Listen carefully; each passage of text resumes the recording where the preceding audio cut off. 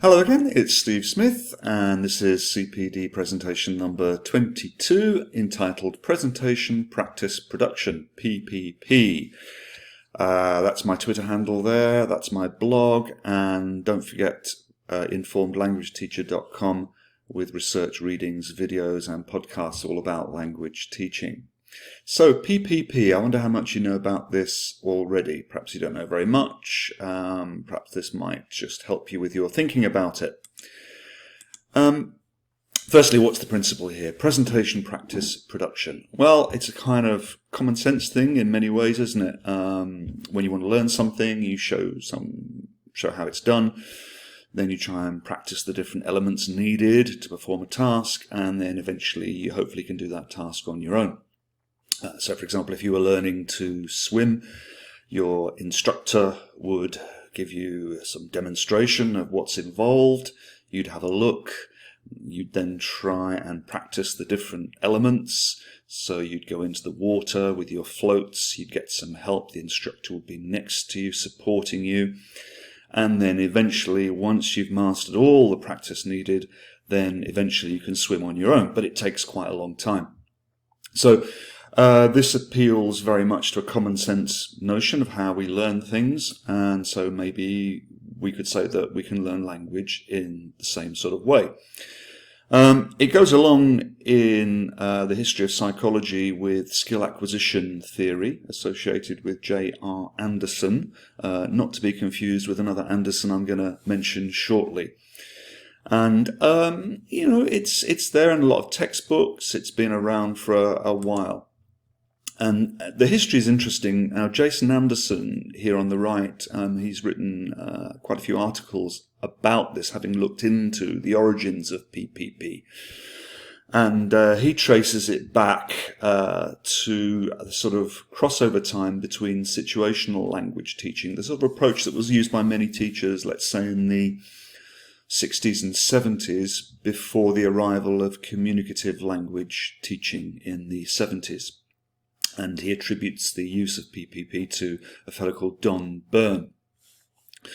And then later on, it's in some circles kind of fell out of favour, particularly once research started coming in the 70s and 80s from America, let's say, on natural methods of language learning and so on, work of Stephen Krashen and others. So it's still a contentious sort of practice, and yet one that's widely used around the world and really features in many, many language textbooks. And if you're teaching in a classroom, you will have used some version of PPP in your own teaching, no doubt. So let's get into a little bit more detail and look at one or two variations. I mean, in the very old school way of doing PPP, you might want to explain a grammatical rule. Literally, right on the board, this is how this structure works. Look at the endings, look at the word order, observe how it works, and then you'd go into some practice, and then eventually the idea is that students would be able to put their knowledge into their own free practice. So that's a kind of very deductive approach to grammar, and it may have its place for some students and for some grammatical structures that are simple enough.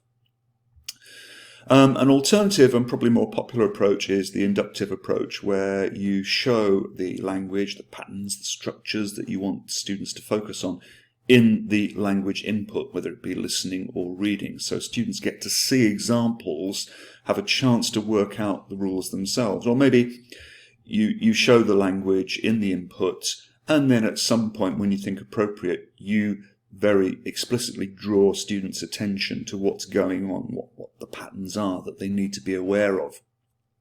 So that's the presentation part. Then when it comes to practice, this is when really you're doing all those sort of language activities that we're very familiar with in the classroom, whether it be gap fills, oral drills, translation. I'll give you examples in a moment. But this is the time when we're using controlled practice.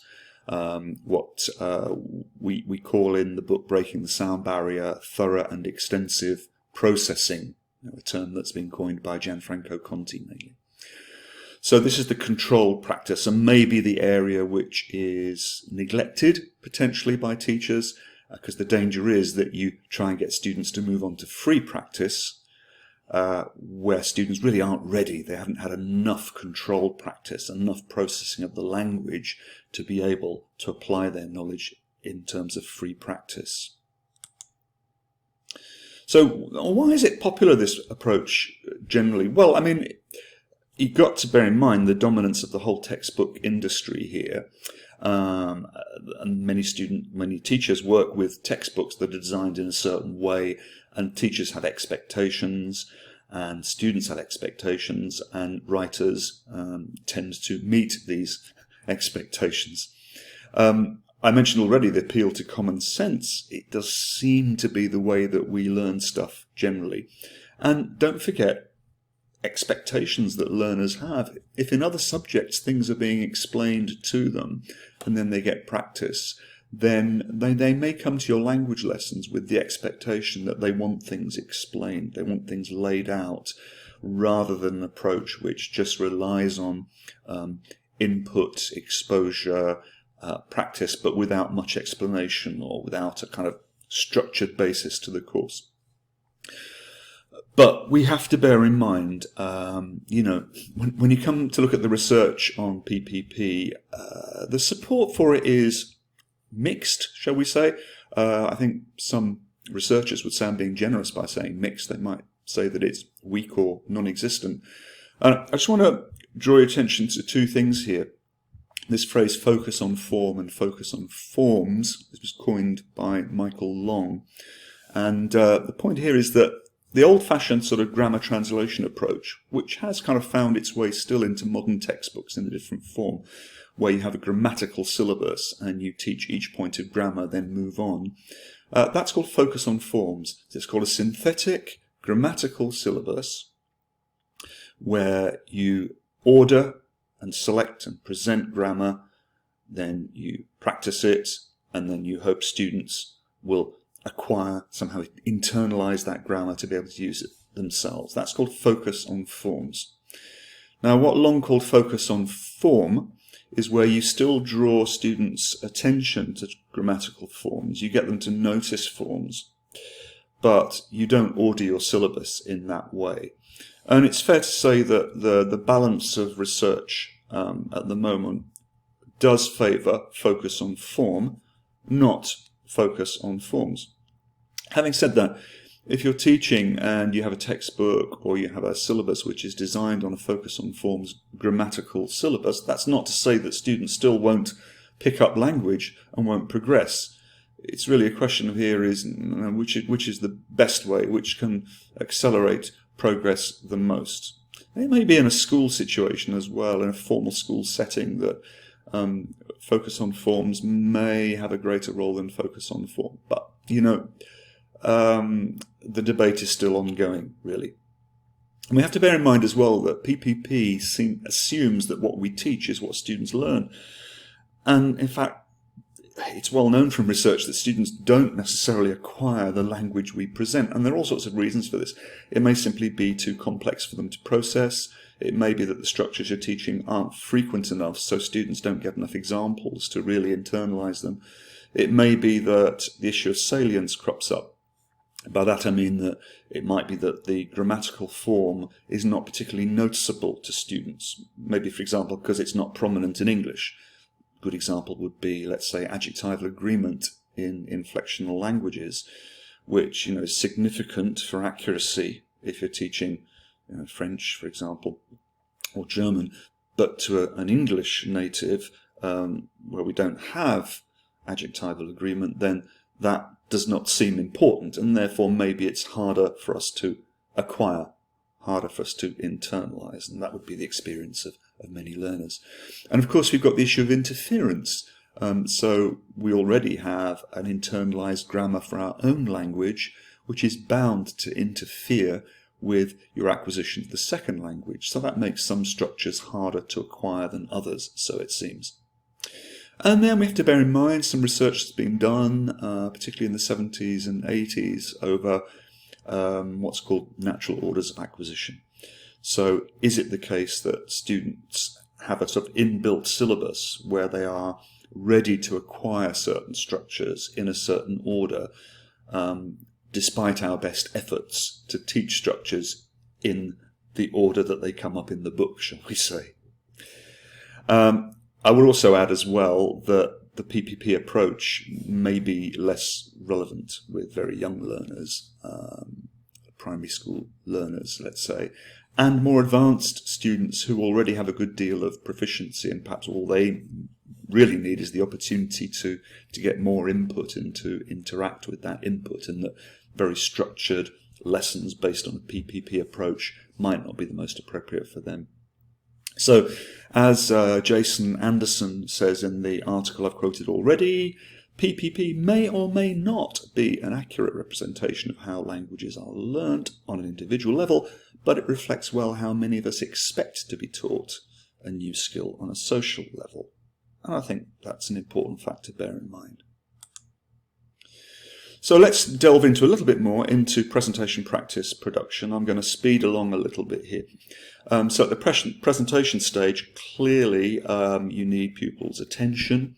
Any input you provide, I think, needs to be very tightly controlled and modelled. It needs to be comprehensible so that this attention is held and that any input can become intake. It can be understood by students and processed in some way. I think you have to bear in mind any problems from a student's perspective, what words are going to be difficult to process, what grammar items are going to be hard to deal with, for the reasons I mentioned just now. The grammar may be very different to English, for example. You need to, at this stage, make sure that students have a clear grasp of how the meaning maps to the grammatical pattern they're seeing. I think probably at this stage, make sure you check understanding all the time by whatever means it takes, using translation, using mini whiteboards. If you're explaining grammar rules, then you've got to make decisions about how much am I going to simplify this rule to make it understandable. Does that come at a cost? Are there some things that simply aren't worth explaining? They're too complex, and that's a big decision for you with a class. If your class is a mixed ability group, there are some items where you've got to say to yourself, this is just too complicated. This is not going to achieve anything by my explaining this point of grammar in any sort of detail. So you've got some big choices to make there. Is it worth students taking notes on grammar? Does it give them some thinking time to process? And when you're presenting new language at the presentational stage in the input, is it worth flooding that input with lots and lots of examples of the patterns and structures and chunks you want students to acquire eventually? So, that's just a few points I'd mention on presentation. You can probably think of some more as well. Now, when it comes to practice, this may be the area that is potentially neglected. I think really controlled practice is the big thing here. Don't rush it. Don't expect students to internalize language that hasn't been practiced enough and hasn't been recycled enough. It may take several lessons before students are ready to start to use the language on their own, or even in a somewhat supported way. So I think the practice part here, where they're engaged in this sort of processing of the language, hearing it over and over again, seeing it over and over again, using it, this is where the kind of reading aloud and drills come in. I think this is the most important bit. Keep the content limited. Don't overload students. Don't move to production until students are ready, would be my own advice. Scaffold as much as needed.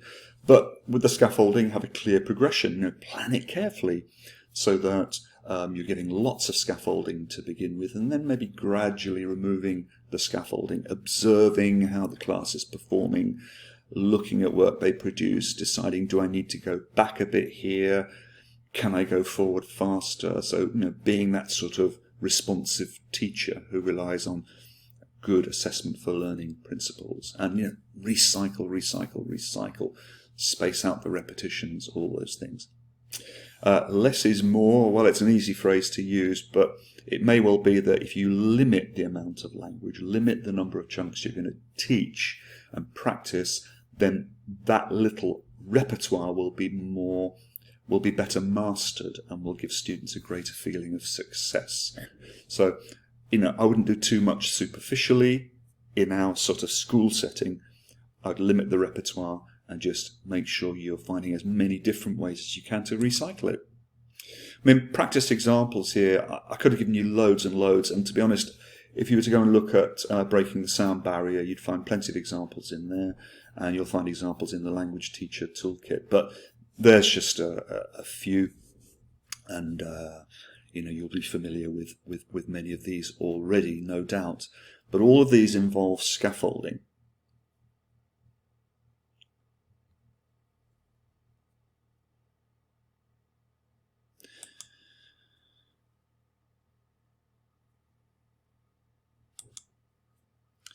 Now, when it comes to production, once you feel the class is ready for that, don't expect, firstly, don't expect too much automaticity. Don't expect too much to be internalized by beginners.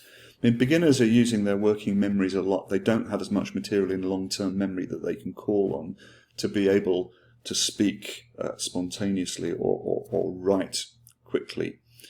So often they're working from that repertoire of language that they've been working with, and some of which has gone into long-term memory. So you're going to get more from students who've reached an intermediate or higher level when it comes to automaticity. And, if you're an experienced teacher, you've seen what brilliant things students can achieve from a relatively small diet of language lessons over, let's say, 4, 5, 6, 7 years. And some students get to amazing levels of sophistication and spontaneity. And that just takes time. It takes a lot of input, a lot of practice. But, even with the beginners, you can begin to move towards less structured activities. So for your by the end of the first year, you'd hope that your students could manage to write sentences and short paragraphs, shall we say, without too much support. They may even manage simple memorized presentations. Once they've got a bit more experience under their belt, then you can have free, spontaneous conversations. But, even students who've done, let's say, 3 or 4 years, when you meet them, when they come into the classroom, and you try and engage them in little chit-chats about what they did at the weekend and so on, you'll find you've got students who show some ability to use language spontaneously. And that just needs building up slowly over a long time. I think all that sort of informal conversation that you have with students is really important for lesson starters when they come in, and whenever you can get that opportunity to develop simple conversations. Creative storytelling from a picture is a good example of production once students have got to a certain level.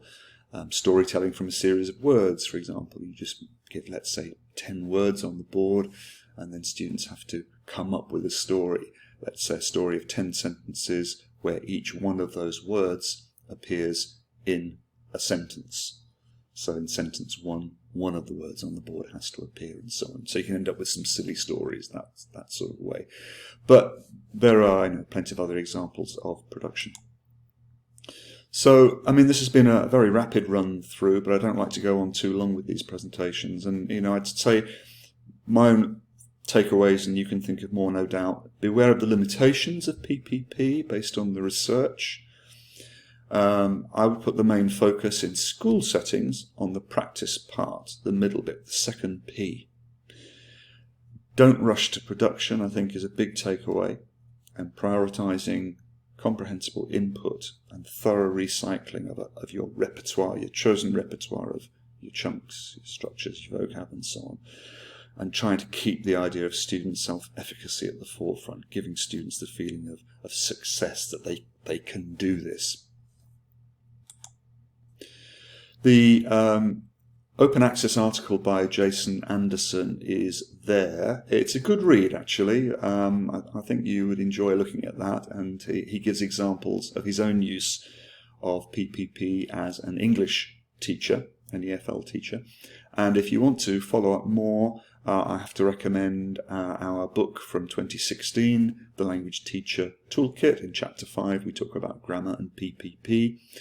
And, of course, lots and lots of examples of controlled activities in our last book, That's by Gianfranco Conti and myself, called Breaking the Sound Barrier, Teaching Language Learners How to Listen.